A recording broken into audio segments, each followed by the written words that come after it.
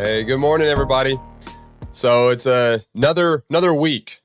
So welcome to what I'm calling Real Beans and Realty Scenes. So today we're going to be just a casual conversation as always. We're just going to be talking about some of the real estate news, the economic outlook, things like that. Also got a little bit of a topic we're going to discuss at the end.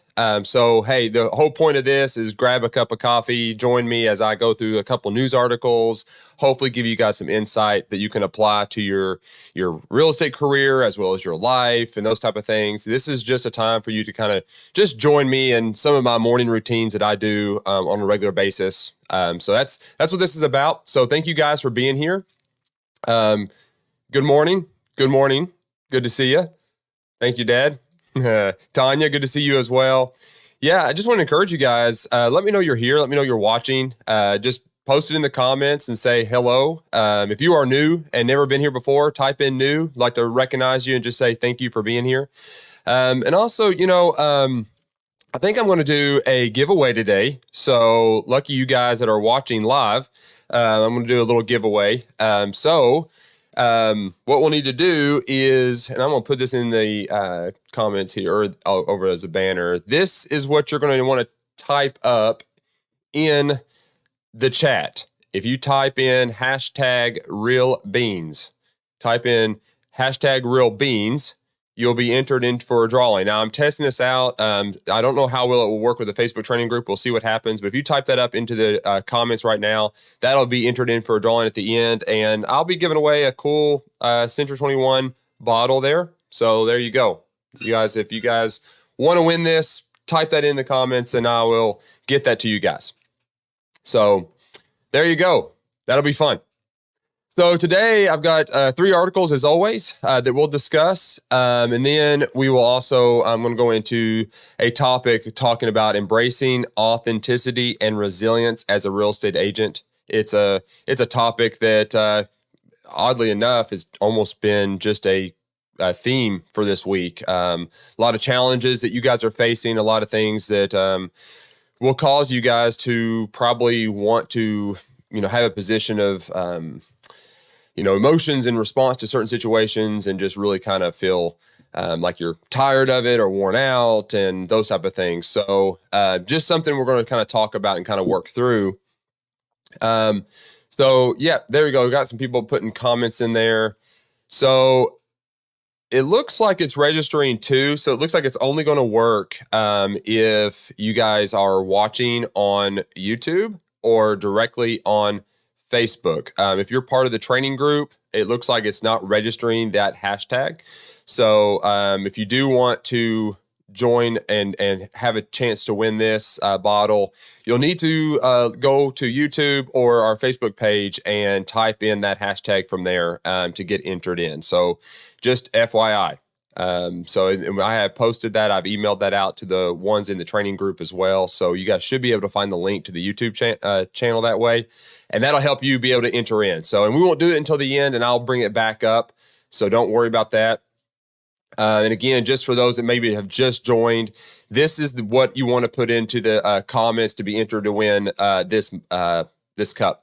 So it's hashtag real beans, nothing else, no spaces, just hashtag real beans. All right. So, and as always, as we go through this, this is a conversation, it's a discussion, hangout time. This is informal, very relaxed, laid back, not a big deal. So leave in the comments, ask me questions, contribute, all the above. I want to gain insights from you all, the people watching. So please engage with me. So yeah, good. Oh, awesome. Good morning from Milwaukee, Wisconsin. Nice. That's great. Thank you for joining us. All right, I'm going to begin with today's quotes, and it kind of goes along with what I'm going to talk about at the end. So we'll just kind of get our minds framed around about what I'm going to be talking about later.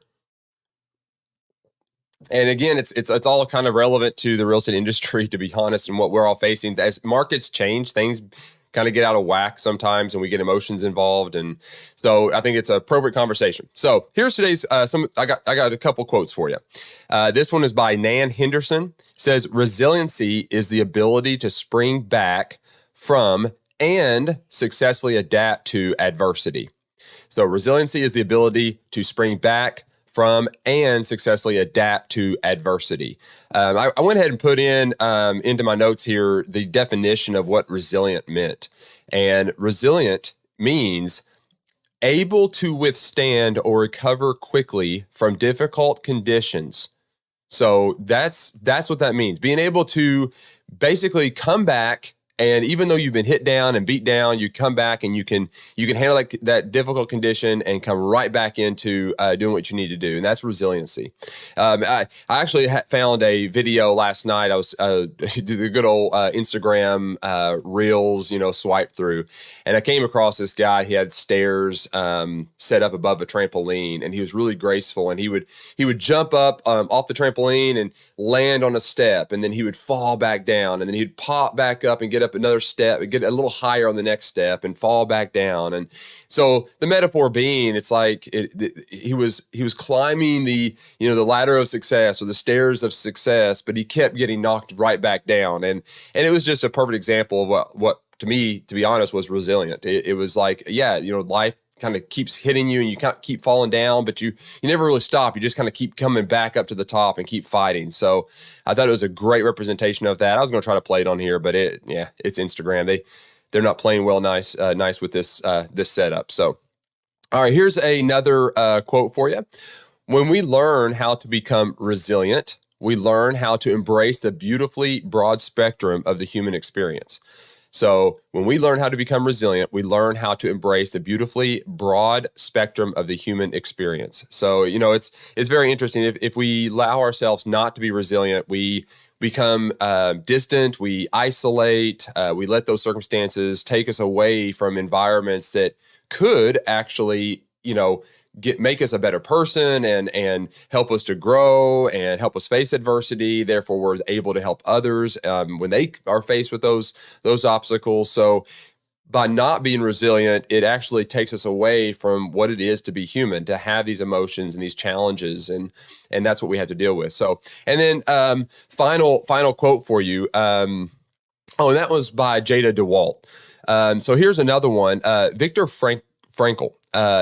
He was a psychiatrist in the Holocaust. He was a survivor, and he wrote a book, Man's Search for Meaning. And this is a quote he had put in there. He actually lived during the Holocaust. He was put in a concentration camp and those type of things. So you can only imagine the amount of resiliency he had to have in the face of that adversity, right? So he said, when we are no longer able to change a situation, we are challenged to change ourselves. When we are no longer able to change a situation, we are challenged to change ourselves. So, and I would agree with that. We can easily sit there and just cast judgment on somebody else, or it's always their fault and those type of things. But the reality is there's a lot of situations in life that we just can't control. There's a lot of situations in real estate that we cannot control. There's a lot of emotions and minds and people involved that we cannot control. And sometimes we have to be able to just sit back and say, well, what I can control is myself and my emotions and my responses to these situations. And I want to make sure that I'm resilient in the face of these adversities, and that I'm looking and trying to become a better person and addressing these things that are going on. So there you go. Good morning, Rhonda. Thank you for joining in. Pleasure to have you. Pleasure. Excellent. And I don't know who all these people are. I'm sorry, but it says good morning, Adam. So good morning to you as well. Thank you for being here. So, okay, with all that being said, let's jump into some of the articles today. The three articles I'm going to be talking about, and there's three. It's kind of different in some ways. More jobs and a better pay leads to more buyer demand. So that's number one. Then I'll be talking about new construction of homes, keeping housing market afloat. And then I'm going to be talking about a subject that I knew something kind of about this, but this is kind of new to me. I'm doing some more research on this, and there's probably a lot of legalities here, and we'll kind of get into that a little bit. But it's the importance of getting hybrid appraisals right. We're going to have a conversation about what a hybrid appraisal is. So it's kind of new, but to put yourself in the mind of when we were going through I will say recession, but the downturn in 2008 and 2009, you had a lot of foreclosures on the market, and they were doing broker price opinions. That was a very common job that a lot of realtors would do, and they would get paid to do those jobs. So we're going to have a conversation about what a hybrid appraisal will be. So there's an article I came across, and so we'll have a conversation about that. And then of course we'll end with embracing authenticity and resiliency as a real estate agent. That's the layout for today. So let's get into the article number 1. More jobs and better pay leads to more buyer demand. Good morning, Jessica. Thank you. Good to see you. I love the emojicon. There you go. Good morning. Oh, yeah, Michelle, good morning. I clicked on the link in Slack. Is that the YouTube link? Yes, you are on it, Michelle. Excellent. You have arrived. So, yeah, that would be where you guys want to type that in. And I can double check. We've got a few entries in here. And I'll just mention this again before we get started, that if you really want to be entered in to win this giveaway, it looks like only the YouTube channel is working. I don't know why. It used to work on Facebook and YouTube, but Facebook maybe has changed something. So if you do want to be entered in to win this, you do need to get onto the YouTube channel and then type in the comments, #RealBeans. That's what you got to do to be entered to win. So if you're watching this now on any other platform and you want to be entered in, go to YouTube, search for the Real Estate Advantage, and it should pop up. It's a black and white logo, and you can see the live show going there, so you can get to us from there. Okay. All right. Let's get into the first article here. Here we go. All right, more jobs and better pay leads to more buyer demand. It's a very interesting conversation here. So the very topic at the very beginning says that there's been talk about a recession for quite a while now, but right out the gate it says this, but the economy has been remarkably resilient. Kind of see the theme. Why? One reason is employment and wages have stayed strong. Let's look at the latest information on each one and why both are good news if you're thinking about selling your house. Okay, more jobs are being created. So here's the thing. Despite all of the talk about recessions, the economy is actually doing pretty strong, and that's due to the amount of employment and the wages of those employed. So instead of job losses, we're seeing that the economy is still generating jobs.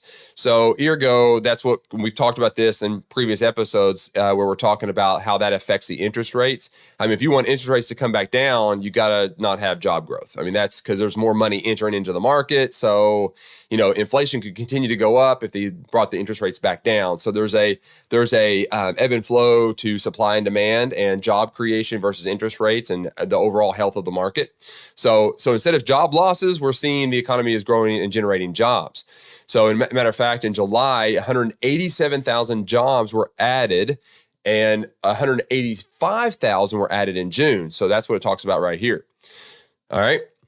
So low unemployment rate indicates most job seekers find work, promoting stable incomes, and steady jobs can lead to potential home buyers. So obviously they have money, so they're more likely to buy. So let's bring this up a little bit here. You can kind of see the unemployment rate has changed from 3.4% to 3.7% since March of 2022. So there's your unemployment rate.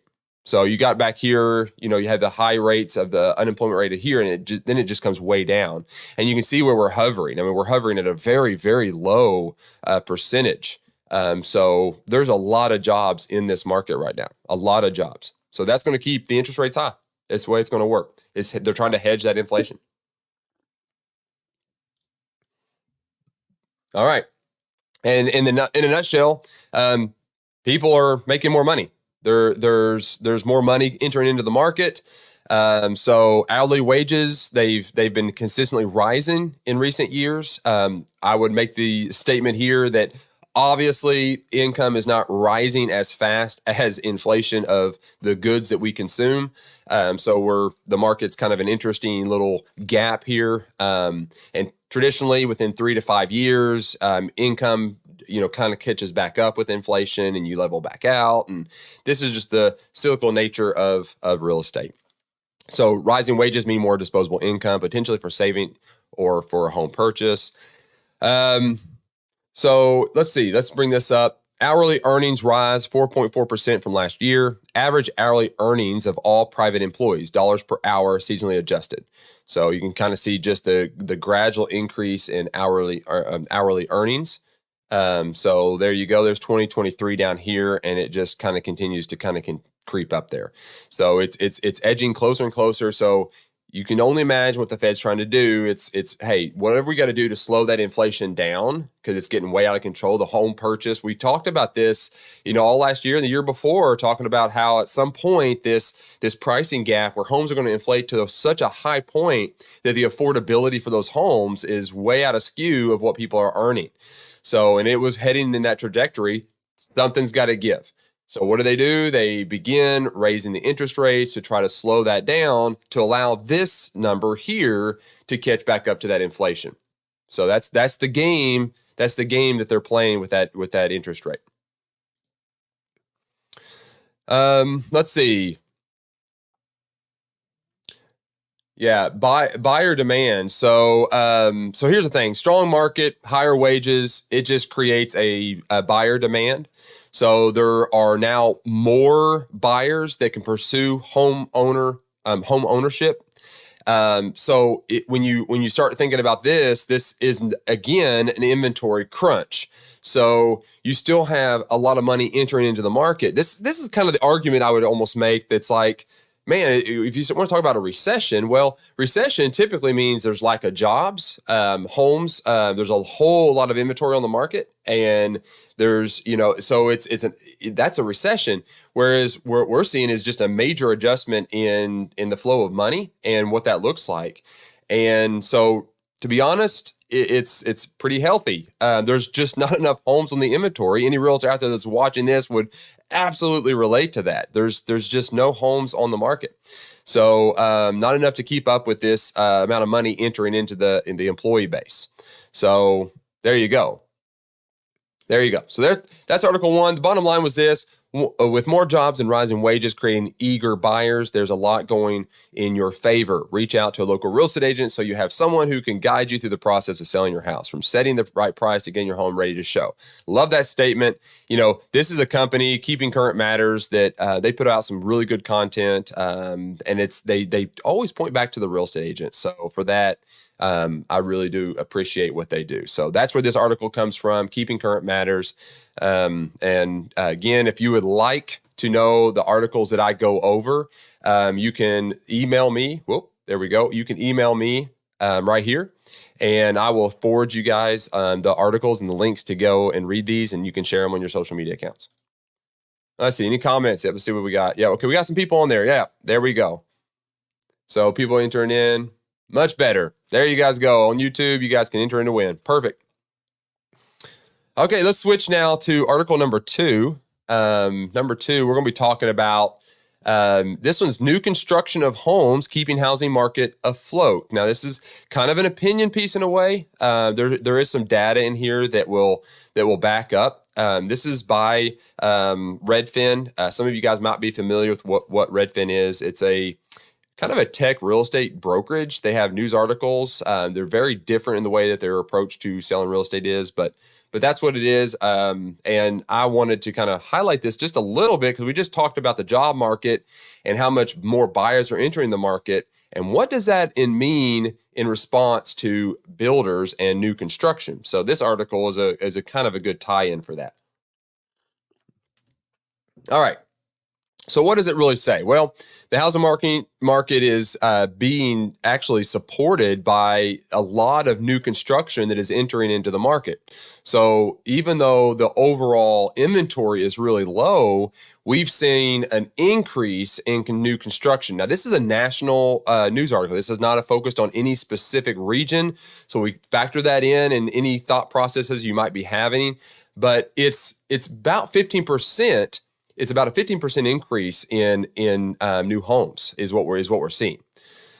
So housing inventory shortage. The shortage of available homes is forcing potential home buyers to consider purchasing newly constructed homes due to limited options. So it's what is happening is, since there is not very many homes on the market, builders now are able to build, and it's pushing people into those homes. Even though they might be a higher priced home, obviously you get the warranties and those type of things with it. But that's what's happening is now there's this market here for new construction. Now, obviously there's a challenge of building these effectively and within a price point that's affordable that also brings profitability to the builder. So there's a fine line there. But here's it says that luckily the number of newly built homes is growing. New construction accounted for nearly 1/3 of single family homes on the market during the second quarter, according to a recent report from Redfin. That's the highest share of any second quarter on record. The technology real estate brokerage reported. It underscores how new construction is keeping the housing market afloat amid the severe shortage of existing homes for sale.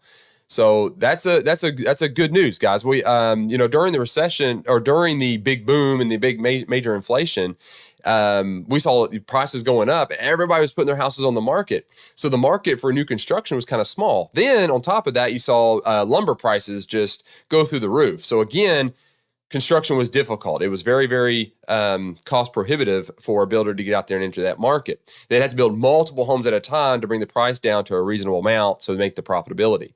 So now that there is not as much inventory and people are not wanting to sell because they don't want to become buyers because of the cost to then go back out and buy, you've now opened up a market to bring in new construction. That's what's happening here.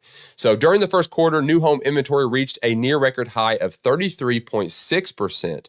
The drop is a typical seasonal pattern according to Redfin. However, new home inventory is up slightly from this time last year and is nearly double what it was during the pandemic, which was about 17% according to the data.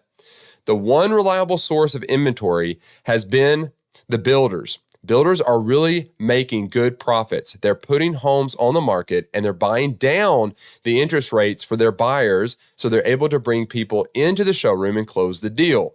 Redfin CEO Glenn Kelman said during an interview Friday on Cavuto, Coast to Coast. So that's an interesting thing that's going on there. So if you notice what it said there, that they're buying down the interest rate for their buyers. So there's a tipping point that's kind of beginning to take place here where the affordability to build a new home for a builder has now hit a point where their profitability is now there that they can then start offering incentives to a buyer to buy the new home and then still giving them the ability to buy down their interest rate to get a better rate.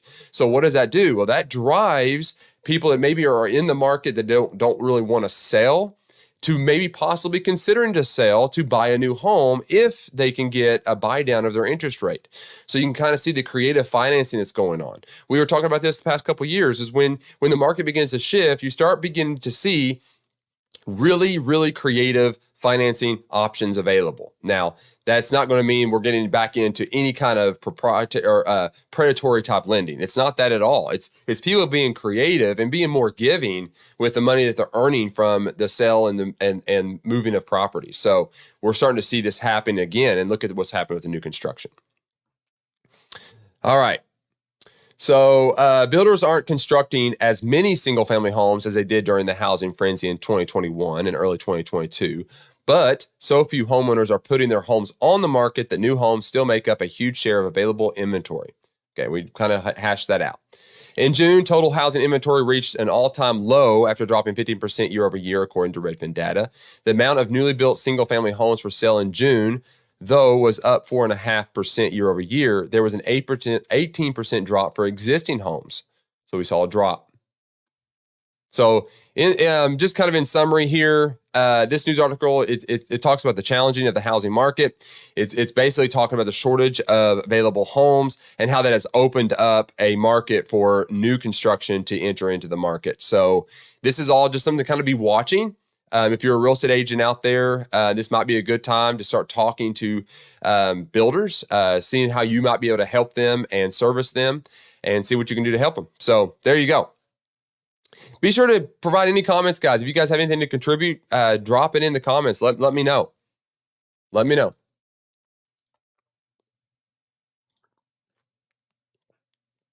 All right. Let's get into the final article. And this one is more of a discussion. So if any of you guys have heard of this, let me know. I seem like a month or so ago, I ran across this and I maybe skimmed through an article about it. And I didn't really do a deep dive. Yesterday, I spent a little bit of time in the morning kind of reading the news, and this popped up. I was like, I'm gonna investigate this a little farther. Going back to what I was saying is when the market begins to do things and shift, people get creative. And then also certain industries get very, very busy. So, and I think that's what this is in response to. So the importance of getting hybrid appraisals right. So, a more streamlined appraisal process won't materialize until lenders and appraisal management companies understand the critical need for credible, independent data collection. So, kind of gives you the idea here. The key takeaways breakdown is this. In theory, hybrid appraisals promise to speed the appraisal process, provide opportunities for agents to earn fees for collecting data, and reduce delays. However, appraisers' experience with hybrid assignments raise troubling concerns.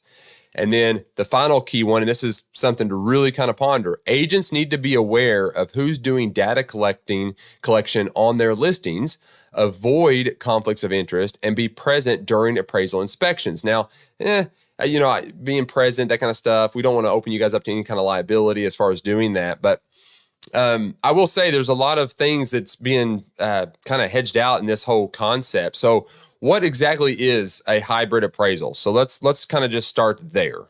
So a hybrid appraisal, it involves basically a third party outside of the appraiser and the bank or the agent that inspects the property and provides data back to the certified appraiser on their findings. So the benefit being for this service. So example being, let's say an appraiser needs has too much workload and they don't have enough time to go out there and find just pertinent data to be able to do their appraisal. They can hire a third party, send them a fee for doing the data collecting, and use that data to then formulate their appraisal. Okay, so why would they do this? Well, it's a faster process that way. So they claim there's some income opportunities there for agents, and an appraiser has more flexibility as far as their time management. And the idea is to help the appraiser get the job done quicker. Abby, very interesting thing. Yeah. So Abby, sounds like the appraiser just needs to do their job. Yeah. So, and that would be on the surface, I would say, yeah, that's exactly right. It's like, wow, yeah, I don't know if this is such a good idea. There's a lot of discrepancy in here, a lot of things that could happen. Now, the counter argument to that is, and we've been on this side of it, is that the appraisal process can be really slow. You can get the order sent in, and then it could be a week before the appraiser gets out there, and then because he's got other appraisal work that he's doing, and then they finally get the report in, and there's some reviewing you need to do, or they get the data. So there's all these delays with the appraisal, and so that's how this is kind of coming about. If anyone's out there has done this or have heard of this, let me know. But that's what's happening here. But yeah, Abby, to your point, my concern is the reliability of these hybrid appraisals. What is the integrity of this? Like, what is the conflict of interest that can come out of this? Like, how do they control who does the data collecting? Let's say I'm an agent and I want to do some of this data collecting for appraisals for a fee. Well, how do they make sure that I don't have a conflict of interest and agency agreements with anyone involved in the data collecting of that particular property? So you can kind of see the challenges here. So, and this is kind of these 3 points right here is probably why this is coming out. There are appraiser shortages in rural and high volume areas. It's difficult to become an appraiser because of all the appraisal foundation requirements, and emerging technologies are improving the appraisal process and reducing delays. So these are the kind of the challenges that this kind of service is trying to address. And I will say there is kind of a shortage of appraisers. Now, not in every market, but there are certain markets because it is kind of challenging, and the way the industry is set up for people to become appraisers.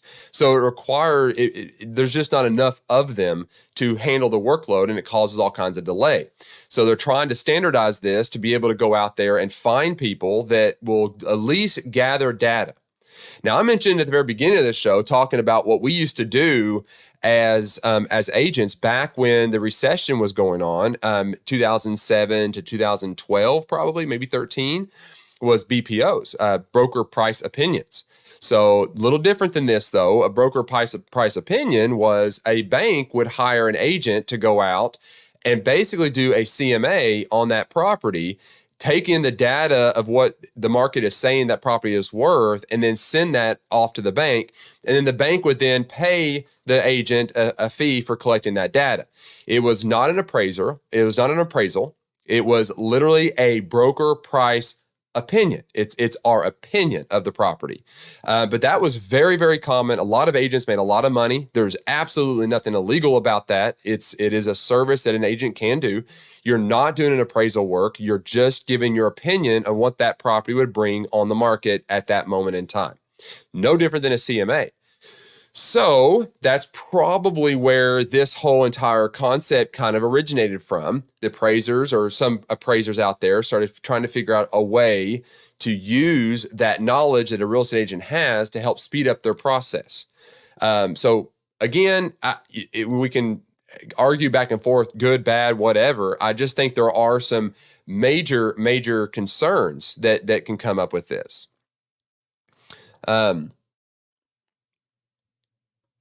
So an interesting thing here, too, I was going to point out is the term hybrid appraisal. This is kind of part of the roots. It was first introduced at a National Association of Realtors meeting. That's where it came out of. The idea was just simply to prioritize the office work over the field work and kind of addressing those two things. So the initial disappointments did begin to set in, and this was just I extracted some points out of this. Accepting hybrid assignments led to concerns about data source credibility. Talked about that. First assignment lacked the data collector's name. So there's a case study that they did. It did not have the data collector's name in it, which caused credibility issues as well. So they hired this company. Somebody went out and did this, gave this opinion, and that they were never named. So the parties did not know if this person had any connection to this property whatsoever or the people involved. That no disclosure there. Advocating for an unbiased data collection, which led to delays and prolonged appraisal process. So there's a position here where there was some bias going on. Hybrid appraisal took 6 weeks, while a traditional one would have taken 1 week. So there was a case where it actually took a whole lot longer. So this is kind of very beginning of these stages, and they're working through some pain points. So here's some of I'm just going to extract this out and we'll move on. But ensuring safety and soundness, educating licensees on proper criteria for third-party data collectors is crucial. So if anyone is to ever get in this, that would be something absolutely.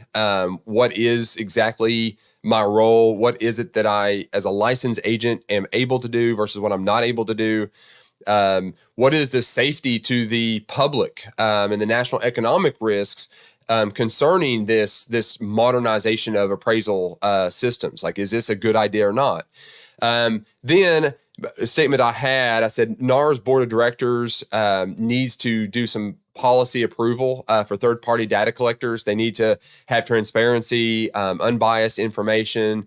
They need to make sure that they're addressing the major concerns that could enter into this market that could cause this data to be inflated or deflated based on someone else's opinion that is connected to this type of property. So it can get very messy, but again, I'm not going to say it's not possible. I think it's just a matter of them ironing out the details and figuring out like the way that this can be done with integrity and transparency and without conflict of interest. I think that's really what this comes down to. So yeah, I think that's about it. If anyone out there has heard about this, I'm going to just kind of keep my eyes on this. This could develop into more, and we shall see. We shall see what happens. So takeaways from my fellow members who are selling homes. So this is Rebecca Jones, and by the way, this is a NAR.Realtor report. But Rebecca Jones wrote this. Her key takeaways was this: please ask what type of appraisal or valuation is being completed on your transaction. So maybe it's worth us asking, hey, are you guys doing any kind of hybrid appraisals? Or there was a different term they used too for this. I think like Jamie appraisal or Jammy jammy appraisal, jammy appraisals. So that's another term that you'll see. But anyway, so maybe it's worth us asking, hey, are you guys, is it just the appraiser doing the work, or is there a third party involved? You know, that's probably due diligence on your part, because what if it is a biased person doing that? I haven't seen this in our market yet. So I'm not that worried about it right now, but you know, could it gain traction? It very well could. So I just want to kind of keep you guys informed. Don't accept a data collection assignment on your own listing. That goes without being said, but it should be said because, agents will do that. So don't accept a data collection assignment. So if you get a request from an appraiser to do a data collection for a fee, and it's on one of your properties, or even within your own company, even if it's in your own company, that could be a biased situation because you know the other agent, or they're your best friend or whatever. That's a biased situation. All right. Rather than providing one-time MLS codes, please meet the appraiser or data collector at the property. So that was one of the things I didn't mention about safety is they were agents were giving out codes, and the third party was getting into the houses without the appraiser being present, and there was data collecting from these third parties, and again, they weren't named. So a lot of confusion. All right. If there's any questions at all in regards to that topic, or if you guys have heard about that, let me know. Let me know in the comments what you guys knew about this, or any takeaways that you have or thoughts that you have about that type of process. Love to hear it. Love to see what your thoughts are. So again, I'm going to mention it one more time here before we do the drawing, because I'm going to get into a topic we're going to talk about. But if you do want to be entered in to win this, you got to be on the YouTube channel. I did find that out as we've been live here. So you do want to be entered in to win this bottle here. You do have to be on the YouTube channel. And then once you are, you type in #RealBeans, just like you see there. And it will add you to a drawing that we're going to have at the end. So if you have not done so, go ahead and do that. If you've already done it, you don't have to do it again. It's registered, you guys. One and done. That's it. All right. So let's talk about this final topic here. So I'm now going to talk about embracing authenticity and resilience as a real estate agent. So, one of the things that this is kind of come out of just the nature of our jobs, and especially when we start going through a shift, emotions get heightened. We can get derailed in who we are and what we stand for. And I had a whole nother topic I was going to talk about, but over the past few days, this has been a consistent topic that's come up in my conversation with agents and with even just friends. There is a lot of, I don't want to say fear, but worry. I won't go as far as people are scared, but there is worry and stress that's going on, and a lot of new challenges that we're being faced with inside of the real estate industry in particular. So it's absolutely no secret that this industry and this market is tough. But I do firmly believe that we do not have to let any circumstances outside of ourselves, and especially outside of our control, change who we are. It cannot do that. Instead, we need to look at every single one of those experiences, refine us, and help us to become better at what we do. I've been in this industry for, I guess, going on 18 years now. And I have seen many different markets. I have seen many agents come and go for many different reasons. Not all of them coming and going because of bad things, some life circumstances, or just didn't enjoy it, those type of things. But I will say this, one observation that I have, the one observation that I have seen is when people are faced with certain situations in this industry, it does one of two things. They begin to get resilient. They begin to notice these situations and it refines them, or the opposite begins to happen. It changes them. It affects them in a way that they were not the same when they first got into the industry. They're not the same anymore. They got in excited, exuberant to be able to represent people, loving people, and being there for people. And in the end, they find out the true character of people and the nature of man and what man is capable of doing. And they see the bad in man, that then in turn, they take a position of of a callousness, if you will, towards anybody and everybody. And then they get in a position where they're scared to make themselves vulnerable, and they're scared to put themselves out there or still be this kind person. And I'm saying this not to. This is not just any particular person. This is me included. There are many situations where I have been faced with this exact same position. And there are days where I have failed miserably at trying to be resilient in the face of those people that I've been dealing with. And it's an absolute struggle constantly, because in our industry, you do begin to see people at their worst. You see them when emotions are at their heightened position, when they're most vulnerable, and when their true nature and character will show out, will come to the top and surface itself. And then on top of that, what you also begin to see, and this is the hardest one to see, is the greed of man. You might be sitting at a closing and people are erupting over $100 or $200, whatever it may be. But yet they're taking home a check for like 50 grand, and we're arguing, and there's emotions involved, and you're sitting there just kind of frustrated. So I say all this because I want to encourage you guys, don't let those circumstances change who you are, or dictate your responses to those situations. Be exactly who you are when you first got into the real estate.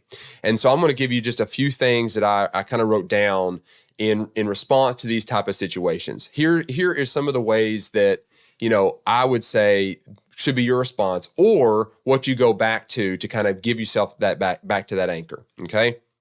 All right. So, and this is almost a cliche one, but remember your why. Okay. And I know there's all kinds of books written about this and articles. What is my why?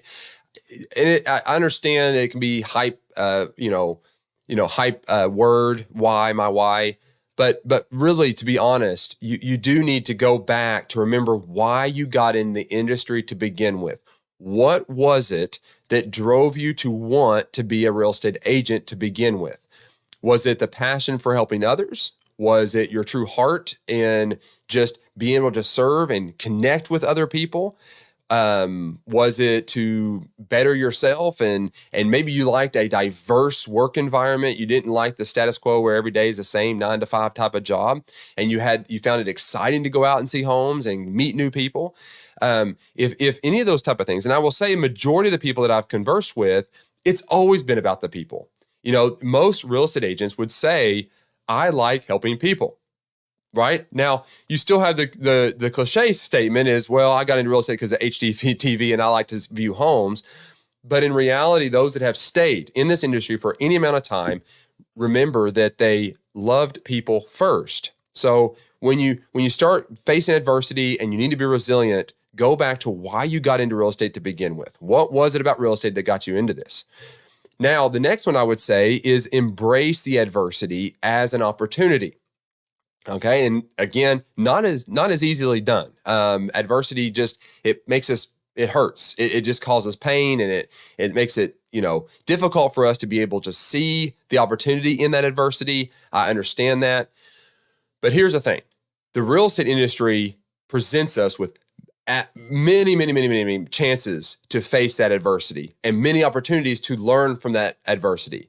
So from the demanding of clients, the unexpected market shifts, the obstacles we encounter that just basically just test our patience on every single front.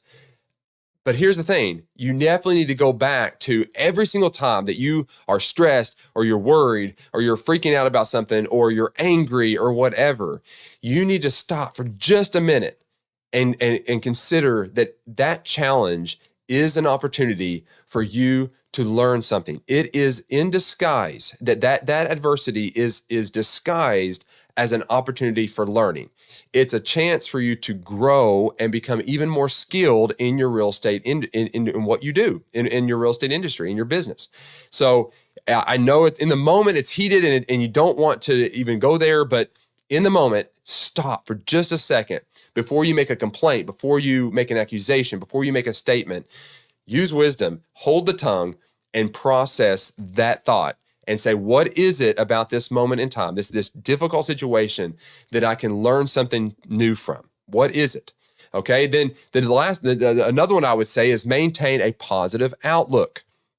All right, so really the key is in here. If this is feeling frustrated and angry, it causes you to see information differently, and it causes a disillusionment.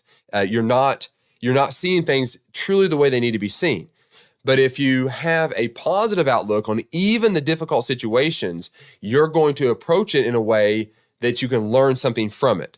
So get the mind right in the processing of that information. Try to take any illusion that is setting itself up as a truth and say, no, I'm going to be positive even in the midst of this difficult situation, and see what it is I can learn and what kind of positives I can see in it. Because I will say this, if you allow yourself to go into the positive realm when your clients are at their heightened emotions, you're going to be able to refocus them, because you have a clarity of mind that you can then talk to them about the positives and reframe their mind around what they should be doing as a buyer or a seller to get to the end result, which is what everybody wants, either to buy or sell a home. That's the goal. All right.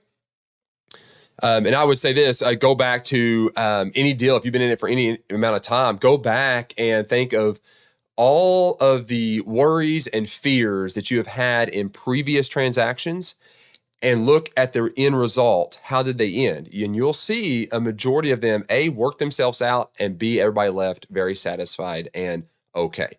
That's overwhelmingly the majority of the case that when you come out and through these type of things. All right, practice the empathy and understanding. This is another one. We're dealing with difficult people. Instead of letting them change you, let them challenge you to practice empathy and understanding of their circumstances. So they're going to come to us with all of their worries, all of their fears, all of their uncertainties. And I will say, I'm not the greatest at this. I do struggle with this. It's when you constantly hear nothing but negativity, it challenges you to be able to take a position of empathy and understanding. Especially if you get on the phone and you're on it multiple times over and over and over, and it's the exact same conversation, that becomes very, very difficult. But I will say, though, is if you can put yourself every single time that moment happens into their shoes, you can provide a level of service that will truly, truly set you apart than a lot of other people. And again, that's that resiliency. It's that fighting back through it, getting back in the face of people, and just getting knocked down and getting back up, getting knocked down and getting back up, and just constantly improving and getting better at this type of stuff and managing these situations, right? All right. And then number 5 is continuous improvement. The most successful agents, they just do not settle for mediocrity in their work. So this kind of just summarizes everything else. It's like if you've learned from all these adversities and you've allowed it to really improve you, then you're going to be constantly being improving as a real estate agent, and you're going to be a better agent to more people. And there's only one way that can go. That's up. That's up. So use every single setback as a stepping stone to refine your skills, enhance your knowledge, whatever it may be, right? You want to become more of a valuable asset to your client. Another one is build a supportive network. I can't stress this enough. When you're faced with difficult situations and a lot of people just constantly negative or it's stressful, it is very important that you do have a network of people, family, coworkers, colleagues, whatever, that understand what it is you're going through. Don't turn it into a gripe session, but be real with them, and they can understand and have empathy for you. Finding those people that you can talk to, either being your spouse, your family, or like I said, your brokerage, whatever the case may be. Find those people that truly do care. They understand your values and your goals. But it can really help you stay grounded when you're really faced with these experiences. And you do need those. You need those people around you. It's very difficult to face it alone. So a good brokerage that has good support systems and a lot of people that care for one another, is absolutely crucial in this industry. If you are in a brokerage where you're isolated and you do not feel like you can connect with your broker or other colleagues, I will say you might ride the success wave for a while. You might feel like it's going well when the market's good, but when things start beginning to shift, it gets very, very hard to do the job, especially if you feel like you're on an island. So to be honest, outside of commission structures and income and all that, priority number one is do not be part of a brokerage where you're isolated. Your longevity in this industry is going to be short-lived. It's going to be very short-lived. All right. And then finally, I'll say this. This is the last one. Self-care. Self-care matters. Don't underestimate the necessity of taking time off and taking a break. As real estate agents, we don't typically do this. Even when we go on vacation, we still are working. But I will say you need to make time to rest. You need to make time for hobbies. You need to make time to spend time with your loved ones. You need to prioritize activities that make you happy and bring enjoyment to you. And you get to take a break away from the stress of everything else, of everyone else's troubles being projected on you. You've got to get away. So take time to, work on yourself, keep yourself grounded, and do it with those that you truly do love, that have your back, that love you back in return and are there for you. So these are the ways that I have always kind of went back to doing. And now, of course, I approach this with a Christian worldview myself. So there are many other things I would do inside of that as a Christian and a believer that, would anchor me, outside of these type of things. But at the very least, these are things that help bring you back to grounding. So again, remember your why, embrace adversity as an opportunity, maintain a positive outlook, practice empathy and understanding, continuous improvement, build a supportive network, and self-care matters. All right. Awesome, guys. Excellent. Thank you guys as always for tuning in. And like I said, we're going to have a drawing. We're going to do a drawing for this bottle right here. If you just joined and you want to be entered in to win this, what you'll do is in the comments, if you're watching on YouTube, type in hashtag real beans. That's the thing that you want to type into there. So if you have not done so, do that now. We're going to be getting ready for a drawing here. I've only got 6 entries, so the odds are really good for you guys. Really, really good. 1 in 6. All right, let me bring up this. Oh, there we go. Perfect. If everybody is in, we are going to do a drawing, and I'm going to play some music. Check this out. See if you guys can hear it. Which one is it? Nope.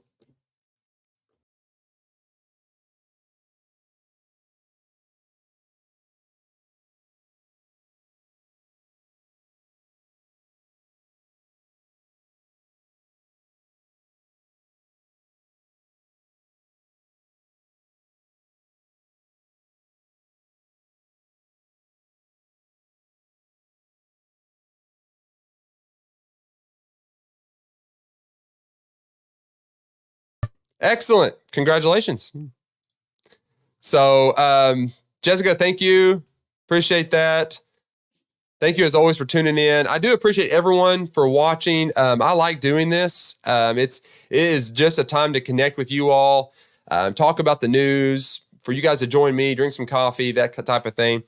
And I'll mention this. So the whole hashtag real beans. So real beans, just to clarify, coffee. I am a coffee fanatic.